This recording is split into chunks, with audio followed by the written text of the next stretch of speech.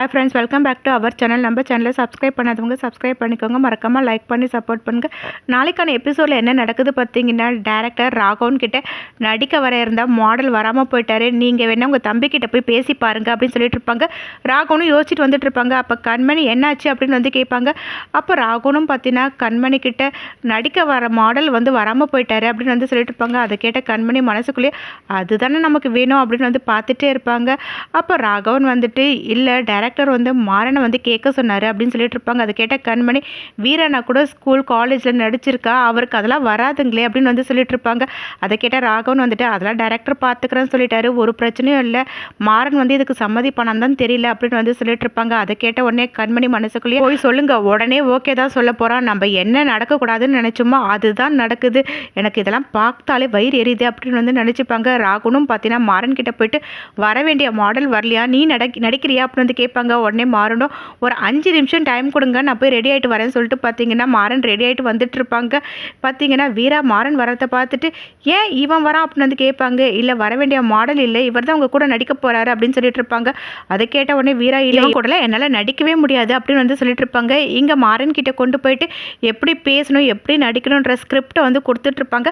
அதை மாறன் வாங்கி மக்கப் பண்ணிட்டு இருப்பாங்க. இங்கே வீரா வந்துட்டு என்னால் மாறன் கூடலாம் நடிக்கவே முடியாது, நான் ஒத்துக்கவே மாட்டேன் அப்படின்னு சொல்லிட்டு இருப்பாங்க. ராகவன் டேரக்டர்லாம் ரொம்பவே கெஞ்சிட்டு இருப்பாங்க, ப்ளீஸ் ப்ளீஸ் அப்படின்னு சொல்லிட்டு. அதை கேட்ட உடனே வீரா சரிங்க மாமா நான் உங்களுக்காக ஒத்துக்கிறேன் அப்படின்னு சொல்லுவாங்க. அதை பார்த்த உடனே கண்மணி செம்மையாக டென்ஷன் ஆகிட்டு இருப்பாங்க. இங்கே வீரா மாறன் 2 பேரும் பார்த்தீங்கன்னா ஜோடியாக நடிச்சிட்டு இருப்பாங்க. அதை பார்த்த கண்மணிக்கு காது மூக்கெல்லாம் புகை வந்துட்டு இருக்கும். டேரக்டர் வந்துட்டு டைலாக் எல்லாமே ஞாபகம் இருக்குல்ல அப்படின்னு வந்து சொல்லி கேட்பாங்க. வீரா வந்துட்டு அதெல்லாம் எனக்கு ஞாபகம் இருக்குது அப்படின்னு சொல்லிட்டு இருப்பாங்க. இங்கே டேரக்டர் பார்த்தீங்கன்னா டேக் எடுக்க ஆரம்பிச்சிருப்பாங்க. மாறன் வீரா 2 பேருமே சூப்பராக நடிச்சிட்டு இருப்பாங்க. நீ உனக்கு பிடிச்ச புடவையெல்லாம் எடுத்துக்கோன்னு மாறன் சொல்லிட்டு இருப்பாங்க. வீராவும் பார்த்தீங்கன்னா போயிட்டு அந்த புடவையை செலக்ட் பண்ணிட்டு இருப்பாங்க. அதை பார்த்த டேரக்டர் வந்துட்டு 2 பேருமே புருஷன் பொண்டாட்டி மாதிரி ஒரிஜினலாக நடிக்கிறாங்கல்ல, பார்க்கறதுக்கே சூப்பராக இருக்குது அப்படின்னு வந்து சொல்லிட்டு இருப்பாங்க. இவங்க 2 பேரும் பார்த்தீங்கன்னா என்ன புடவை வேணும், எப்படி வேணும், எவ்வளோ டிஸ்கவுண்ட் தரும், ஆஃபர் இருக்குது, எல்லாத்தையுமே வந்து பேசிகிட்டு இருப்பாங்க. மாறன் வீரா கிட்ட உனக்கு எவ்வளோ புடவை வேணும்னாலும் வாங்கிக்கோ, ஒரு புடவை வாங்கினா இன்னொரு புடவை ஃப்ரீ அப்படின்வாங்க. இங்கே ராகவன் வந்து கண்மணி கிட்ட என் தம்பி சூப்பராக நடிக்கிறான்ல அப்படின்னு வந்து சொல்லிட்டு இருப்பாங்க. கண்மணிக்கு செம காண்டாயிட்டு இருக்கும். மாறனும் பார்த்தீங்கன்னா அந்த ஆடை நல்லபடியாகவே நடிச்சு கொடுத்துருவாங்க. டேரக்டர் 2 பேர்கிட்டையும் போயிட்டு சூப்பராக நடிச்சிட்டிங்க, உங்களுக்கு நடிக்கிற ஐடியா இருந்தால் என்கிட்ட சொல்லுங்க அப்படின்னு வந்து சொல்லிட்டு இருப்பாங்க. அதை கேட்ட கண்மணி ரொம்பவே காண்டாயிட்டு இருப்பாங்க. நெக்ஸ்ட் சீனில் பார்த்தீங்கன்னா வீரா யோசிச்சுட்டு நின்றுட்டு இருப்பாங்க. அப்போ கண்மணி போயிட்டு என்னடி ஹேர்லாம் சூப்பராக நடிச்சிட்ட போல அப்படின்வாங்க. அதெல்லாம் எனக்கு பழக்கமே இல்லை, எல்லாம் மாமாக்காக தான் அப்படின்வாங்க. அப்போ கண்மணி வந்துட்டு நம்ம கடைக்காக தானே பண்ண, ஜோடியாக நீங்கள் 2 பேருமே சூப்பராக இருக்கீங்கன்னு எல்லாருமே சொன்னாங்க தெரியுமா அப்படின்வாங்க. அதை கேட்ட வீரா வந்துட்டு இது எல்லாத்துக்குமே காரணம் நீ தான், இது மட்டும் தெரிஞ்சிருந்ததுன்னா நான் நடிச்சுக்கவே மாட்டேன் அப்படின்வாங்க. அப்போ கண்மணி வந்துட்டு கெமிஸ்ட்ரி சூப்பராக இருக்குன்னு எல்லாருமே சொல்கிற மாதிரி நடிச்சுட்டு என்கிட்டயே இந்த மாதிரி சொல்கிற, உன் மனசில் அவன் இருக்கான்னு எனக்கு நல்லாவே தெரியும், அவன் இல்லாமல் நீ வேறு யாரை காதலிச்சிருந்தாலும் கண்டிப்பாக நான் சேர்த்து வச்சுருப்பேன், என்ன பண்ணுறது, அவன்றதுனால என்னால் ஏற்றுக்கவே முடியாது, அதனால் நானே உன்னோட காதலை பிரிக்க வேண்டியதாக போயிடுச்சு, சாரி வீராட்டில் வேணா அவன் கூட அந்த மாதிரி நடிச்சிருக்கலாம், ஆனால் நிஜத்தில் அந்த மாதிரி நான் நடக்கவே விட மாட்டேன் அப்படின்னு வந்து மனசுக்குள்ளேயே நினச்சிக்கிட்டு, உன் கூட மாப்பிள்ளை பேசினாரு, நீ வந்து ஒழுங்காக பேசலையாமே அப்படின்வாங்க. எனக்கு வேலை இருந்தது அப்படின்னு வந்து சொல்லுவாங்க. நீ அவரை அவாய்ட் பண்ண மாதிரி அவர் ஃபீல் பண்ணார் தெரியுமா அப்படின்வாங்க. அவாய்ட்லாம் பண்ணலடி, அவர் திடீர்னு வந்து நிற்கிறாரு, என்ன பண்ணுறது எனக்கு தெரியல, ஒரு கால் பண்ணியிருந்தால் நான் இங்கே பர்மிஷன் கேட்டு அவர் கூட போயிருப்பில்ல அப்படின்வாங்க. அதை கேட்ட கண்மணி வந்துட்டு அவர் ரொம்ப நல்லவர் தெரியுமா, அவரை ஃபீல் பண்ணலாம் வைக்காத, அதுவும் இல்லாமல் உன்னை அவர் எந்த அளவுக்கு லவ் பண்ணுறாரு தெரியுமா, உன்னை அவருக்கு ரொம்ப பிடிச்சிருக்குதுன்னு சொன்னார், இப்போவே நீ அவர் கூட போய் பேசுகிறேன்னா கல்யாணத்துக்கு அப்புறம் அவரை புரிஞ்சுக்கிறதுக்கு உனக்கு ஈஸியாக இருக்கும்ல அப்படின்வாங்க.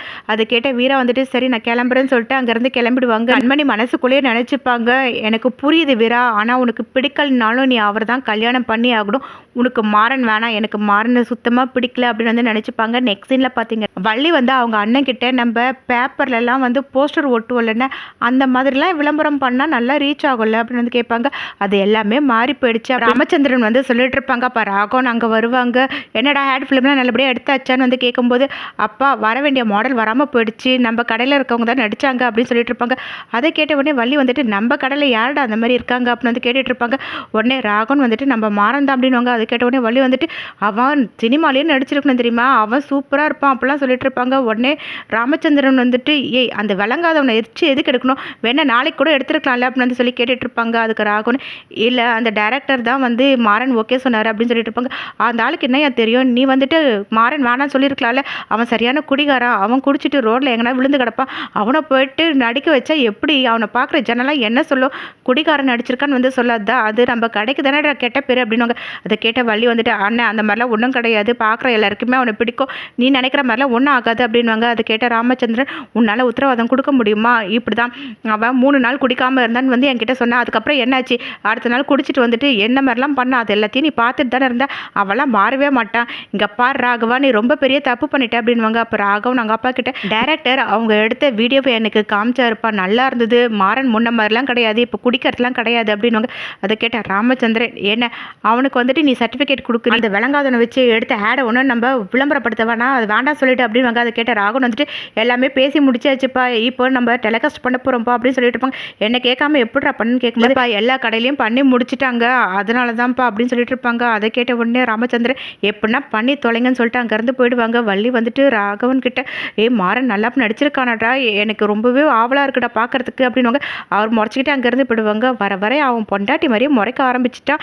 ஐயோ என் மாறன் டிவிலலாம் வர போகிறான், எனக்கு ரொம்ப சந்தோஷமா, சரி நம்ம கொஞ்சம் மேக்கப் போட்டுட்டு வரலாம்னு சொல்லிட்டு பார்த்தீங்கன்னா அங்கேருந்து போயிடுவாங்க. மாறன் வந்து டிவியை ஆன் பண்ணுவாங்க. அப்போ வள்ளி வந்துட்டு டிவிலலாம் வரீங்களே எனக்கு ரொம்ப சந்தோஷமா இருக்குடா அப்படின்னு வந்து சொல்லிட்டு பேசிட்டு இருக்கும்போது திரும்ப வேறு ஆட் மாறிடும். என்னடா இது போயிடுச்சுன்னு போது நீ கவலைப்படாத, நான் ரெக்கார்ட் பண்ணி வச்சிருக்கேன், அதை போடுறேன்னு சொல்லிட்டு பார்த்தீங்கன்னா அது ப்ளே பண்ணுவாங்க. மாறன் வீரா வரத்தை அப்படியே பார்த்துட்டே இருப்பாங்க. அதை வள்ளி பார்த்துட்டு இருப்பாங்க. இப்படி இந்த எபிசோட் என்ன ஆகும், நெக்ஸ்ட் எபிசோட் என்ன நடக்கு தெரிஞ்சுக்க நம்ம சேனல் லைக் பண்ணி ஷேர் பண்ணுங்கள், மறக்காமல் சப்ஸ்கிரைப் பண்ணிக்கோங்க. தேங்க்யூ.